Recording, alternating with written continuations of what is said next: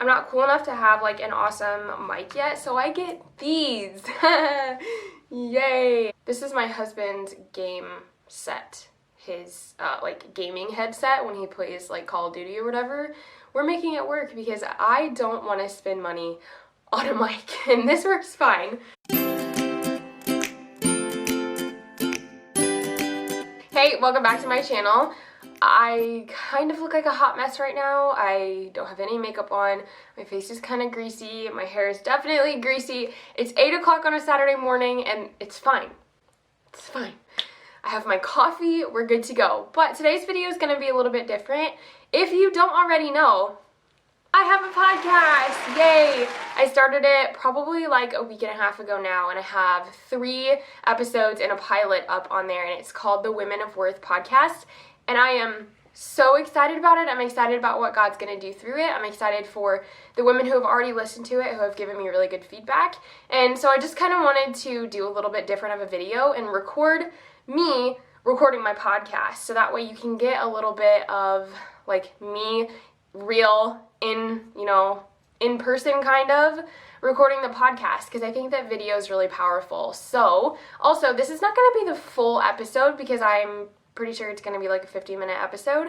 So just a little bit of a snippet, and if you want to listen to the whole episode after you've listened to these tips that I'm going to go into, then I will leave the link to my podcast in the description below so you can go check that out, and the other episodes. And it would mean so much to me if you would take a screenshot of you listening to my podcast and post it on your story and tag me in it, or leave a review just so that other people can see it, because the more reviews that you make, or the more that you share it with other people, the more that women can see it. And it's really important for me, it's really important to me that that happens. So thank you so much for watching this video, and we're going to get right into the topic of why your fitness journey is failing. The 5th one is you don't have accountability. So I used to believe that needing accountability would make me weak, or it would make me feel insecure, or I just burned it into my brain that I didn't actually need accountability.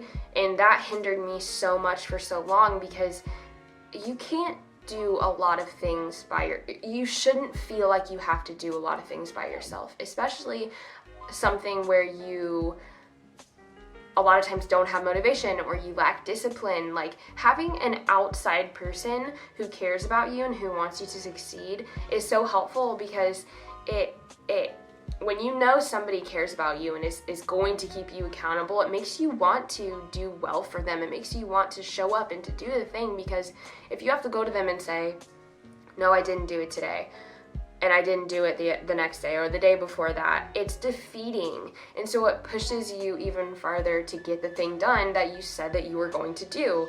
And accountability, just hear me, it does not make you weak. We have accountability because making changes and breaking habits can be intimidating, and it is very hard. So one of the things that I talk about in my Women of Worth mentorship at the first 3 weeks is looking at your self-sabotaging habits and figuring out a way to learn a soul-nourishing lifestyle. Because if you can't look at your self-sabotaging habits and make changes, then you won't be successful in the end. You might have some success, but are you going to be successful for a long time, forever? And just that line of, we have accountability because making changes and breaking habits can be intimidating and hard.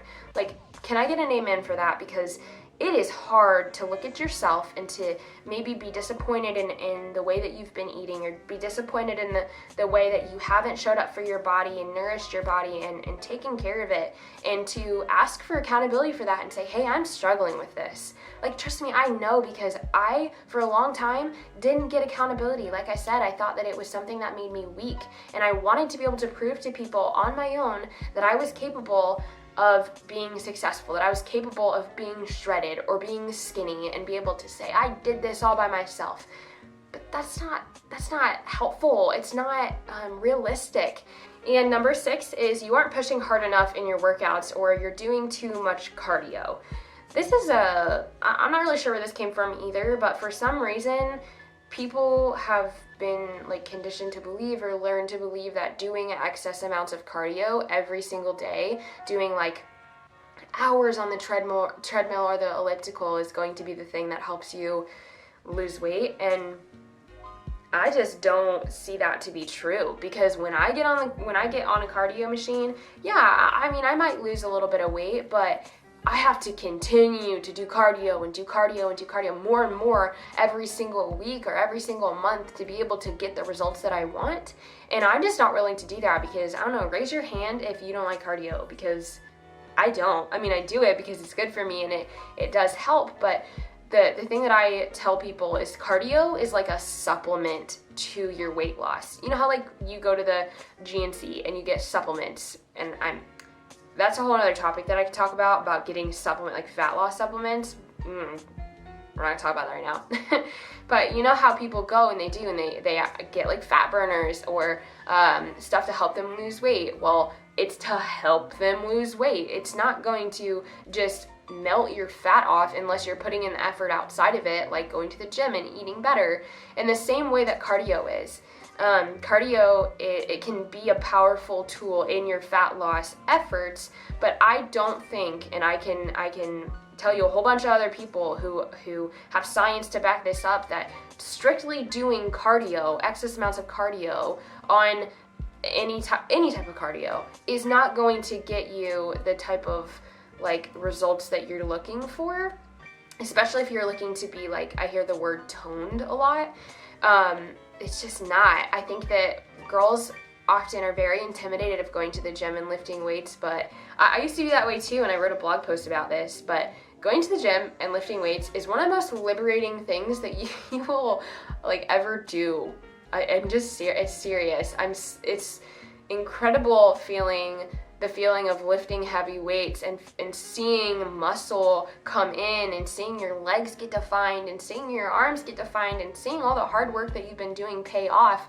Because cardio, like steady state cardio, doing like walking on a treadmill or doing an elliptical, is like torture for me if I have to do it for like an hour at a time, because it's not, you just don't do anything besides sweat and move your body just a little bit in the same repetitive motion every single time.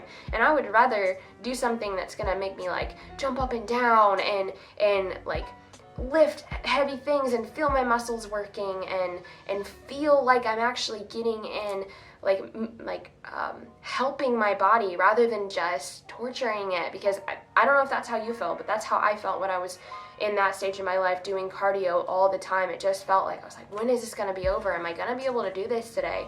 And as soon as I started introducing weightlifting or resistance training into my workout routine, it was a game changer for me, because I got excited to go to the gym to see what workout I could do next and to see how much stronger I could get at this lift. And it was so fun. And your workouts should be fun. You shouldn't want to dread going to the gym, because it's another reason your fitness journey might be failing is you're not having fun at the gym. It's not I'm doing this so that I can be skinny. It should be, I'm doing this because I want to take care of my body type of thing. Number 7 is you haven't addressed your unhealthy habits or the root of them. So like I said, and like I've been saying in this episode and other episodes, in the first 3 weeks of my mentorship, we look at unhealthy habits. These are so important, because if you don't look at the ways that you, like maybe your thoughts about food, or maybe the simple things that you do on a daily basis that are unhealthy, like going through the McDonald's drive-thru after work because it's convenient, or choosing convenient foods, or buying junk food and keeping it in your house because maybe your family would want it. Those are just some of the ones that I've seen. And if we can address those and we can look at them and say, actually, no, like there's a trigger that happens, there's a reaction that happens, and then there's a habit that forms. If we can go back to the trigger and look at that and say, this is the thing that triggers this cycle of an unhealthy habit, and we can interrupt that trigger and stop the action, then we can prevent the habit from forming, or we can prevent ourselves from participating in that habit or that behavior. And that changes things, because when you recognize your unhealthy habits, which a lot of times we don't want to, we want to just stay in the dark and not recognize those things, because like I said earlier, change is hard, and especially changing your behaviors, changing things that you've been doing for a long time, or things that you haven't necessarily thought were unhealthy or bad, and having to change them is hard.